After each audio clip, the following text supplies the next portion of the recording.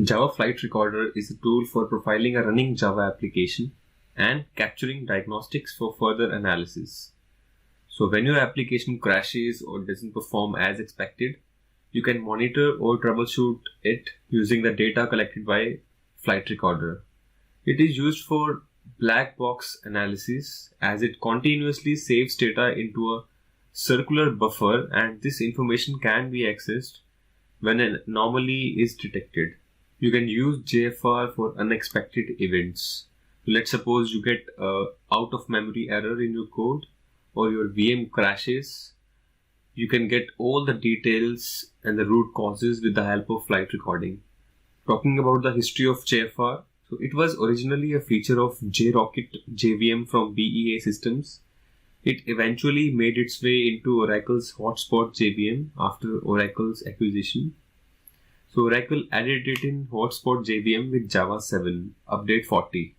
It was licensed for use only by Oracle customers because it was a commercial feature.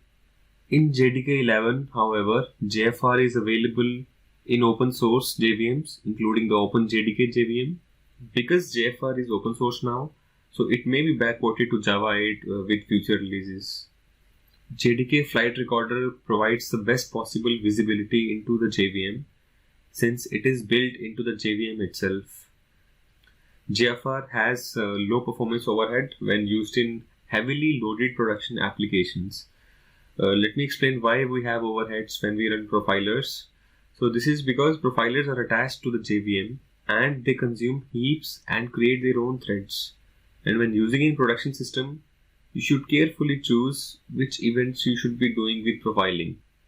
And JFR is benchmarked to less than 1% of performance overhead. So it is an event-based profiling framework in Java. So when we say event, that could be a garbage collection run, or an event could be a CPU load increases by some threshold value, or heap space consumed more than 90%. JFR collects data for more than 500 inbuilt events, and you can create your custom events also. Okay, we'll look into events in more details later. So JFR has binary recordings, hence you cannot just open and look into them. All the events are written into binary formats. All the recordings have a .jfr extension. So I'll show you all these details in our demo. We have Java API also to load and read data through Java code. You can also trigger events through Java API calls. So this Java API is introduced from Java 9. By now you have some knowledge that Flight Recorder collects some data about events. But what are those events? So event occurs in JVM or Java application at a specific point in time. So each event has a name, a timestamp, and an optional payload. The payload is the data associated with an event. For example, the CPU usage, or the Java heap size before and after the event, or the thread ID of the lock holder, and so on. Java collects data about 3 types of events. So the first is duration events, so which takes some time to occur, and it is recorded when this occurs. So the next is instant event. An instant event occurs instantly and it is logged right away. For example, if a thread gets blocked, that's an instant event. Your GCs happened, that's an instant event. So the next is sample events. These type of events occur at the regular intervals. So in this type of event, we check overall health of our system at regular intervals. An example of sample event would be printing of heap diagnostics every minute. So after every minute, we'll get to know which all new objects are getting allocated and what is the delta for each class. Coming to the event configuration, we have predefined events and we can have user-defined events or custom events. So predefined events are already defined files present in lib directory. So the first is default.jfc, which has some default configuration set. So this default.jfc has a very low overhead, but the second one, which is profile.jfc, has more detailed recording for events. So generally profile.jfc is not recommended in production systems. So you should carefully choose which events you want to enable in your production systems. So the second type of events are user-defined events. So they are custom events created by users. So you can create these events using mission control, and you can also create events using Java API. So first we'll check predefined events that we have in lib directory. So I'll move to my Java JDK lib directory. You'll find one folder JFR. So when you go inside JFR, you'll see two JFC files. So JFC is the extension for JDK Flight Recorder. Now let me create custom events in Java.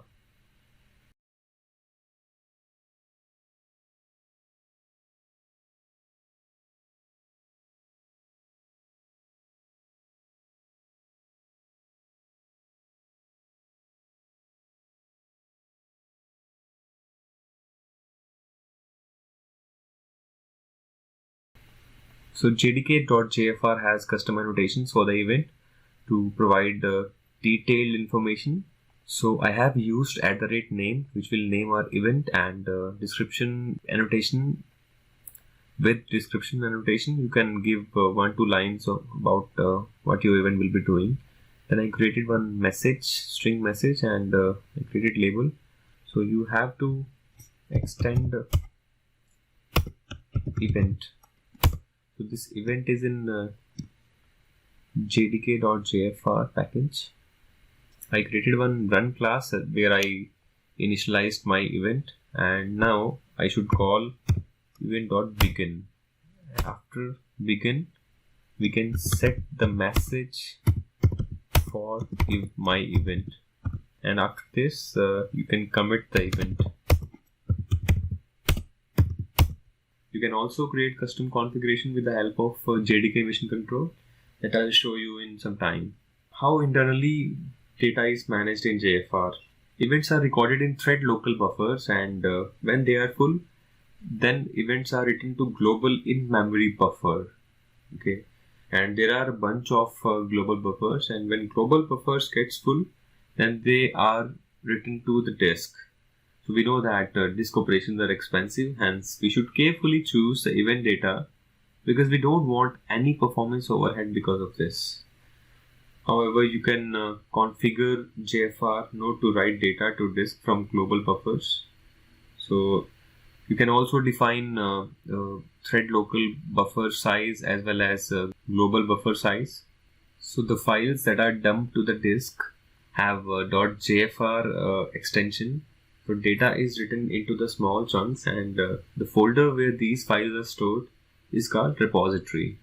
Now coming to the most important part, how recording is done in Flight Recorder. Java Flight Recorder was part of commercial release of Oracle JDK till Java 10.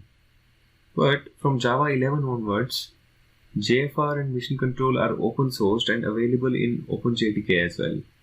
If you are using Java 8 or before Java 11, then you have to specify this flag unlock commercial features, because this was part of commercial feature of Oracle JDK.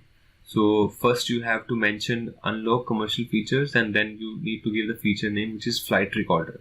These two things are very important if you are dealing with pre-Java 11.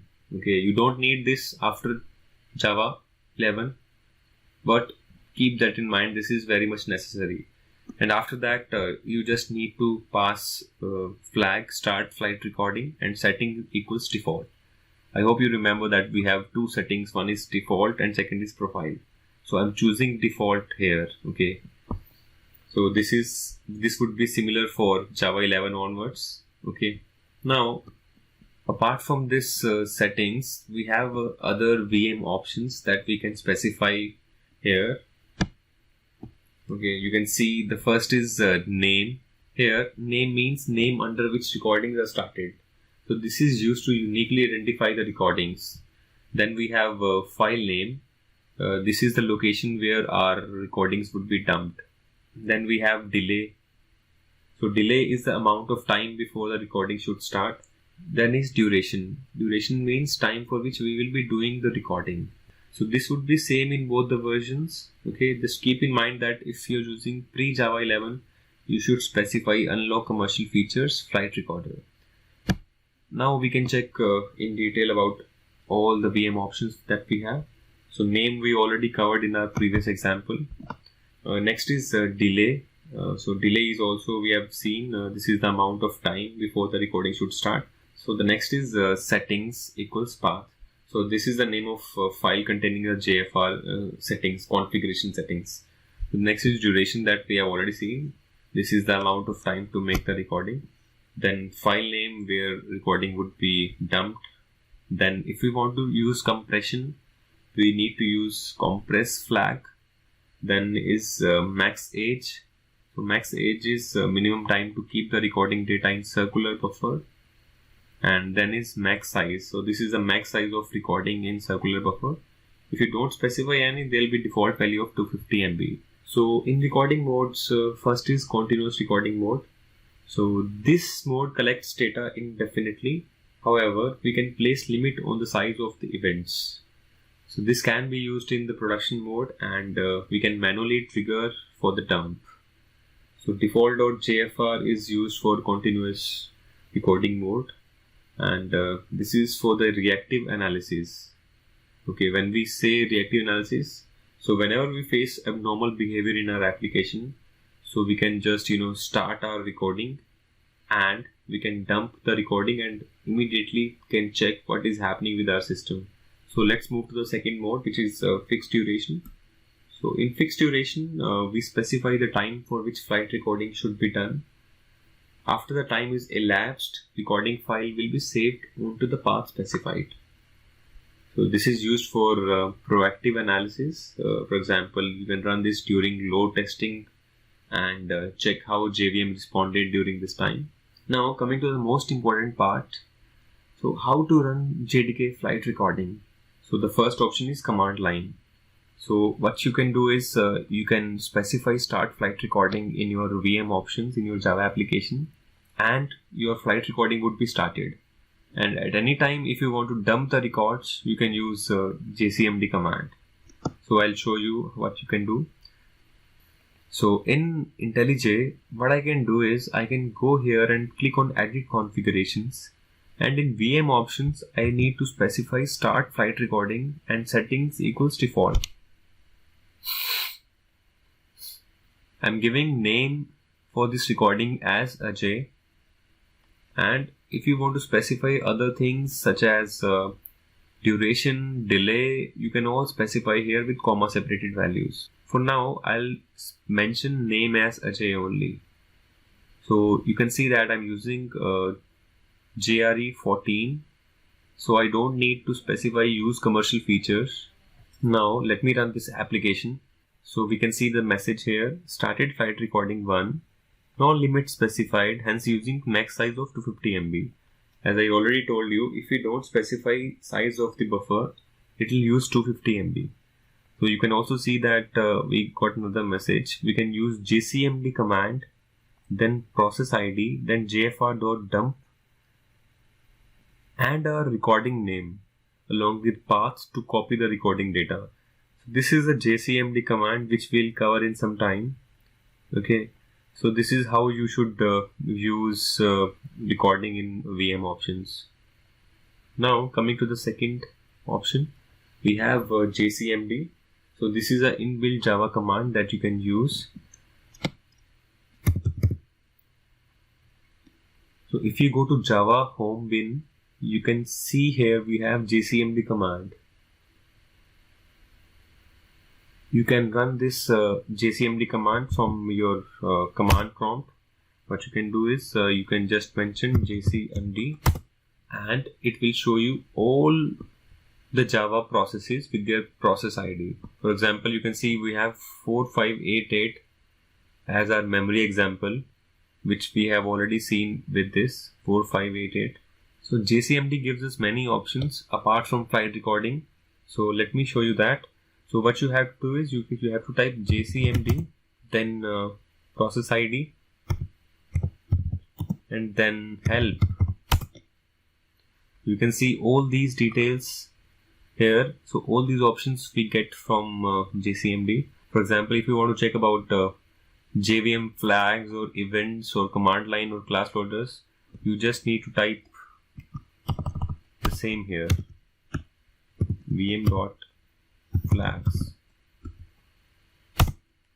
So you can see all these flags with our Java process 4588. For now, the important thing for us is JFR. You can see we have these options with respect to flight recording. We have JFR check, configure, dump, start and stop. If we talk about the first option, JFR check, so this tells you how many recordings we have as of now and if we have any recording already going on. So let's run this command jfr.check. So what you can do is jcmd, then process id, then jfr.check. You can see we have one recording with name Ajay and max size is 250 MB and it is running. Now we have seen that we can use jcmd and jfr.dump to dump this recording. So let us do that. I'll copy this command and I'll paste it here. I just need to provide the file path.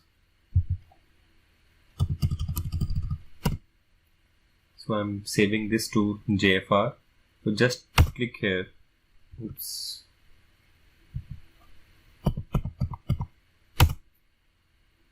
Yeah, you can see it has dumped recording Ajay and the data size is 1 MB for now and the file name is hotspot this. So if you don't want to start your recording from VM options in your Java application, you can use jcmd, process ID and JFR start.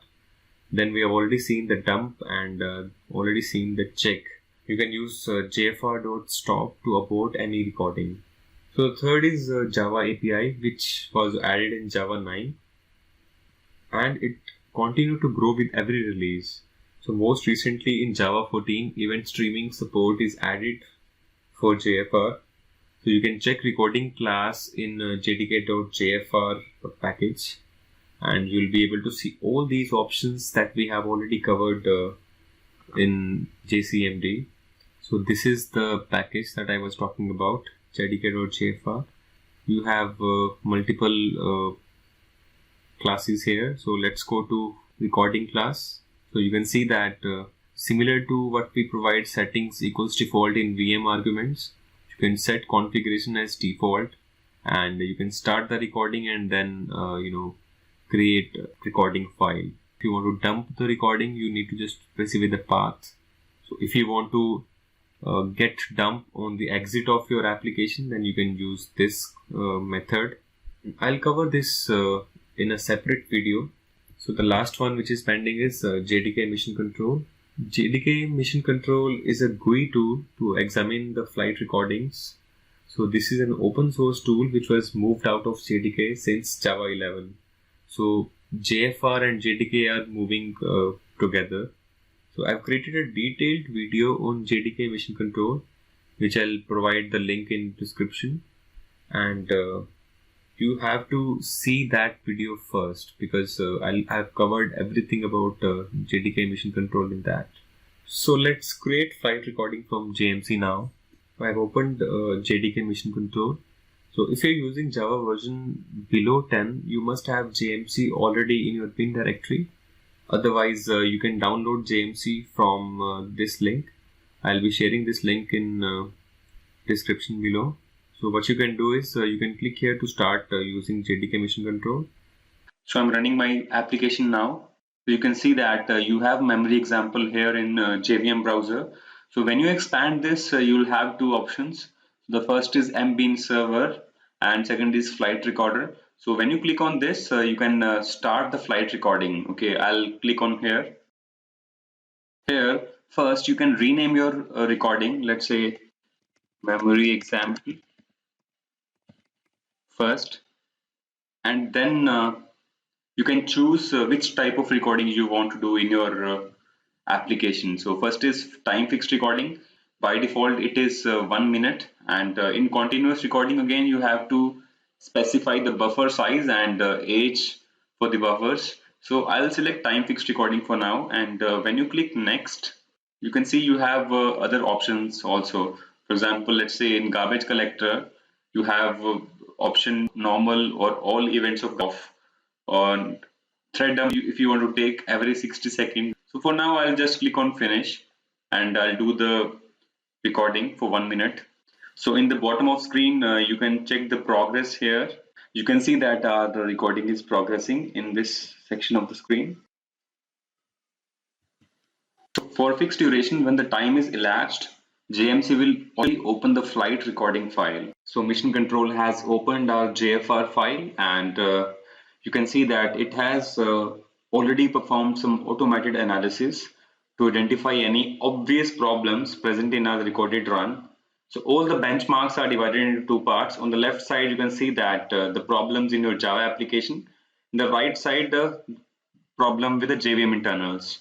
All the benchmarks with the green tiles, you don't have to worry much. For orange and red color of the tiles, you should have a close look. So if you click any of the tile, it will give you detailed analysis.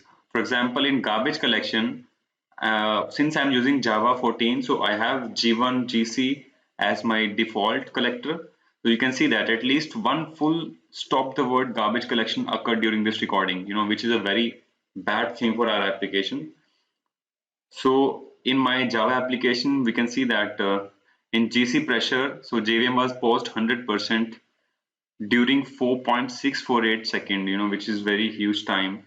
Also, if I talk about VM operations, so I can see that there's a detailed analysis on that. In the environment, we can see that we have too many competing processes. So this is it. So now we'll dig into individual processes that we have. So on the left side, you can see that we have an outline for our JFR file. So first is you have Java applications, then JVM internals, then environment. Okay. So they have already categorized the different metrics. Now first let's go to Java application. So it will show you high level dashboard of overall health of the application. So major subsystem of the Java applications, we can see here is CPU usage, heap usage, method profiling, and allocation. We can see that this orange vertical lines are for the GC pauses. So here we had 126 millisecond, but here we can see that this is a 2.2 second. Apart from that, in CPU usage, we can see that we have usage of CPU, my machine usage versus my JVM usage. We can see JVM was consuming 39.4% here. For our heap usage, we can see that it is continuously increasing at from this point. Then our GC halt is happening, and then again it is going up and up and up. For every GC, it reduces some memory, and then again it shoots up. So this is pretty helpful in profiling your application, and you'll get to know where exactly your application is failing. Then we can go on to the further subsystem. So I think our application is consuming too much memory, so I think we can move to memory now. So in the memory section, you have the complete chart about the memory. So you can see the garbage collection phases are, taking too much time. Then we have used heap, which is constantly increasing over the time. Then the allocation we have here, we can see different allocations and different sizes of allocations. So next, I think we can also get the method level profiling from here. So which tells you top packages and top classes and the stack trace for each method. You can check the count for which method was called in your system. For example, let's say I'm talking about JDK internal.math. For a particular method, I can check that the count stack trace along with count. Then we can move to exceptions also. So if you see that we had this much count of exceptions for no such method error, we didn't have any custom exception here, so we'll not be able to see them. So these are all system exceptions that occurred during our application run. Then we can also get thread dumps. So we selected a 60-second thread dump, and so if you click, you have the complete thread details. So I created around 100 threads, and so if you click any of the threads, you'll get to know the complete detail about the thread, its state, you can check, and how much time it elapsed, if it was blocking something or not. So this is really helpful. So we also see, GC threads also. So we had around 10 to 12 GC threads as a daemon threads which were running. So this is about the Java application. When I go to JVM internals, so the most important thing is garbage collection. So garbage collection tells you the longest pauses. In this graph, you can see what were the longest pauses, and the collector name was G1 full. And we can also check weak references, soft references, and phantom references in this particular run. So we can see that for this much time our application was paused, and then we have different pause phases. And for Metaspace you can get to know here in this tab. So below here we can see complete graph about all the details about the longest pause, sum of pauses. Then if I want to see the thread activities and then pause phases, all these details are available here. Then we have compilations also here. So this is another major subsystem of JVM, so which is a JIT compiler. And if I check here compilations, I can see how much is the compilation code size. And with large applications, we have many compiled method, and this area of memory can be exhausted, resulting in performance issues. So we should take a look at this also. Then in class loading section, we can check how much classes are loaded. So we have a class loading statistics. We can see there was delegating class loader and different block sizes, chunk sizes. In VM operations also we get to know different operations that performed and for how much time. So this is pretty helpful. In this way you can cover each and every detail regarding your Java application and JVM. So these JFR files can also be read programmatically from the Java code. For example, you're only concerned about the memory parameter. Okay, so what you can do is you can read this JFR and you can apply filter for memory parameters. You can see that we can load our recording file and we can filter based on different events. So when you start continuous recording for your application, you have to dump recording at some point of time. Okay, so that you can do here by right clicking on this. So you can select dump recording data and you can just click finish. Okay, it will name your file whatever you would have given there, and you have to just click on this finish. So it will dump the snapshot and it will open that and give you automated results. So this is it from JDK mission control and flight recording demo. So stay tuned for more videos. Thanks.